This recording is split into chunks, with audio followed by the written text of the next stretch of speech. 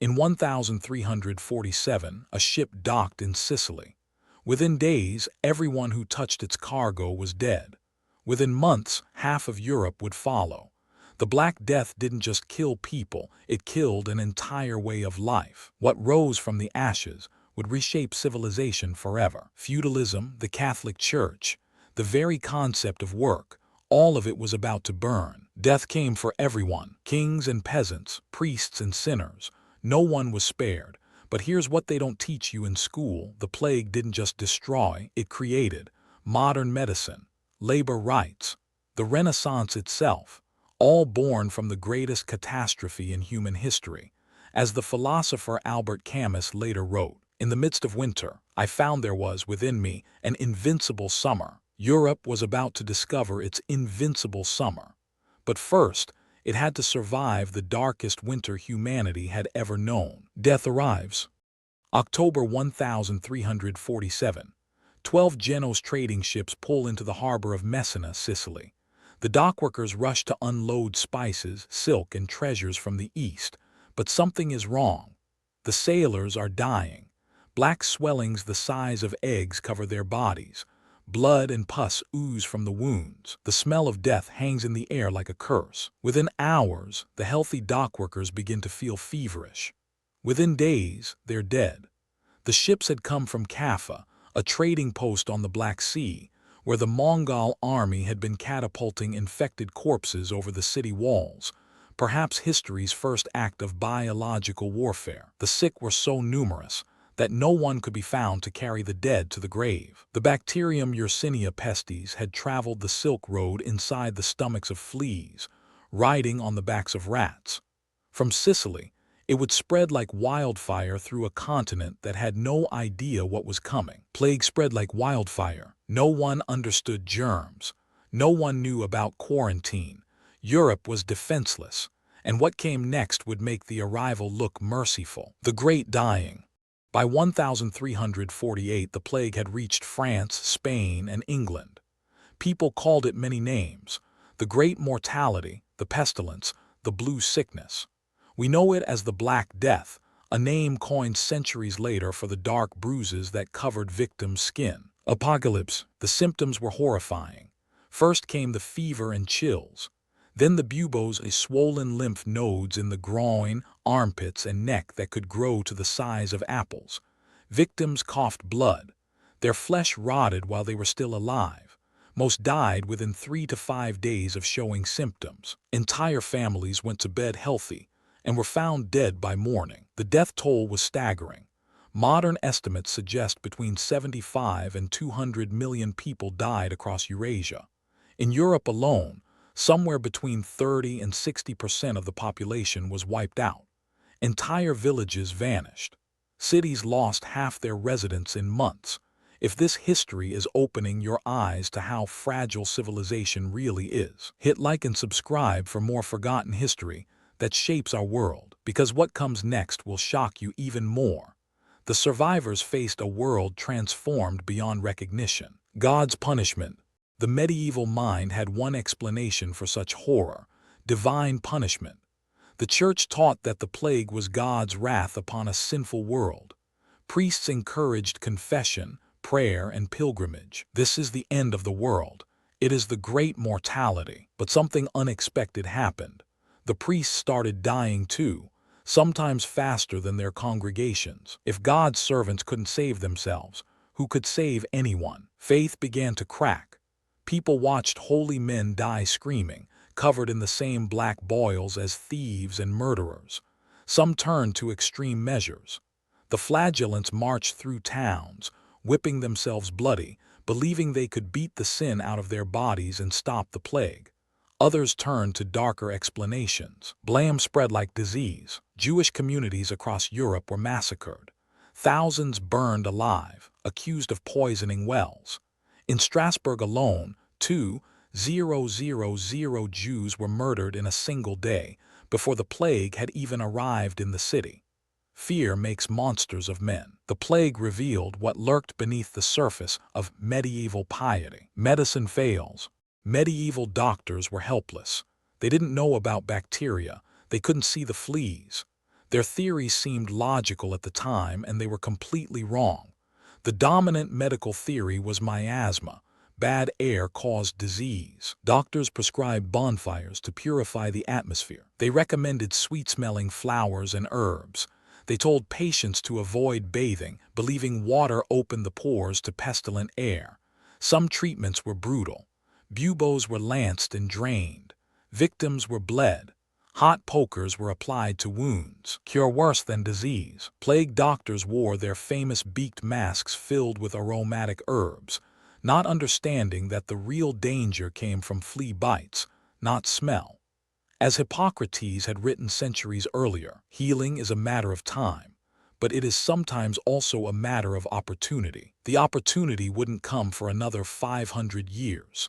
In 1894, Alexander Yersin would finally identify the bacterium.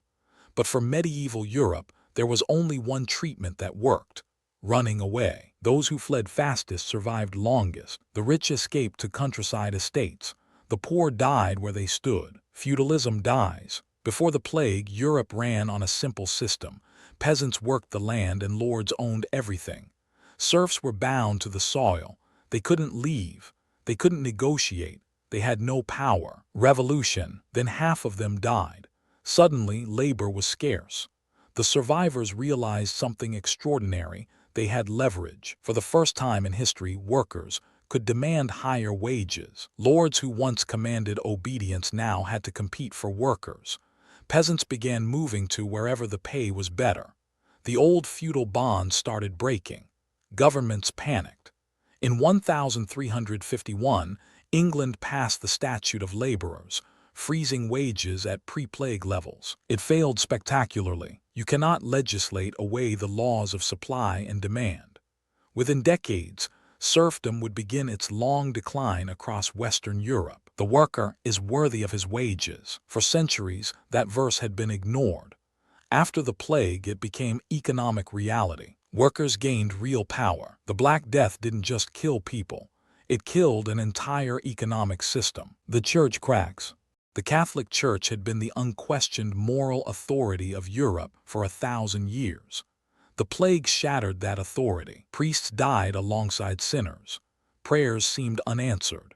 Holy relics offered no protection.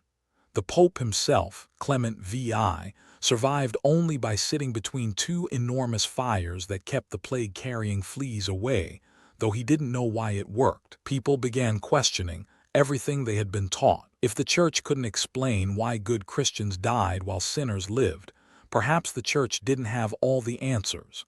Religious skepticism began to grow. New mystical movements emerged outside church control.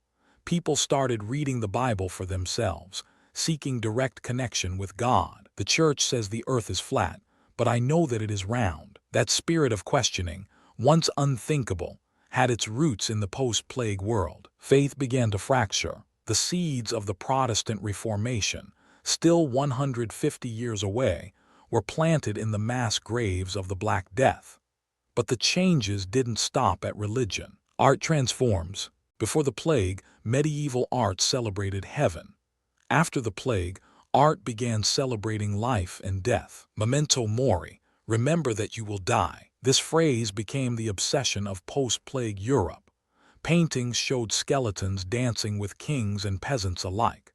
The dance macabre appeared everywhere. Death as the great equalizer. Death dances with everyone. But something else emerged alongside the darkness, a desperate hunger for beauty, for meaning, for life itself. Artists began painting human bodies with anatomical precision. They captured emotion, suffering, joy. The stiff, symbolic figures of medieval art gave way to the vibrant realism of the Renaissance. Art is never finished, only abandoned. Da Vinci, Michelangelo, Raphael, all born into a world still haunted by plague. Their art reflected both the trauma and the transcendence. Humanity had stared into the abyss and decided to create beauty. The Renaissance wasn't born despite the Black Death. It was born because of it. Science awakens. The plague's greatest legacy might be the birth of modern scientific thinking. When traditional authorities failed, the church, the doctors, the old books people started looking for new answers. Observation. Doctors began keeping detailed records of symptoms and treatments. They noticed patterns. They started questioning Galen and Hippocrates, ancient authorities who had been treated as infallible for over 1,000 years. The scientific method was born from the ashes of plague. Quarantine practices developed. Venice established the first formal quarantine in 1377, isolating ships for 40 days before allowing passengers ashore. The word itself comes from quaranta giorni, 40 days. In questions of science, the authority of 1,000 is not worth the humble reasoning of a single individual. That revolutionary idea, that observation matters more than tradition, emerged from a world where tradition had failed catastrophically. Question everything, trust evidence. The scientific revolution was still 2 centuries away, but its foundations were laid in the desperate experiments of plague doctors trying anything to save their patients. Women rise. Here's something rarely discussed. The plague dramatically improved life for women, at least for those who survived. Before the Black Death, women had almost no economic power. They couldn't own property in most places. They couldn't work most trades. They were legal appendages of fathers and husbands. Then the labor shortage hit. Women entered the workforce in unprecedented numbers. They became brewers, bakers, textile workers. They ran businesses when their husbands died. Some towns saw women making up over 40% of certain trades. Crisis created opportunity for women. Widows inherited property. Women gained legal rights they had never possessed. For a brief, bright moment, gender equality made genuine progress. Well-behaved women seldom make history. Of course, it wouldn't last. As populations recovered, men pushed women back out of many trades, but the precedent had been set. Women had proven they could do the work. That knowledge couldn't be unlearned. The seeds of future progress had been planted in the plague's dark soil. Legacy endures. The Black Death killed up to 200 million people.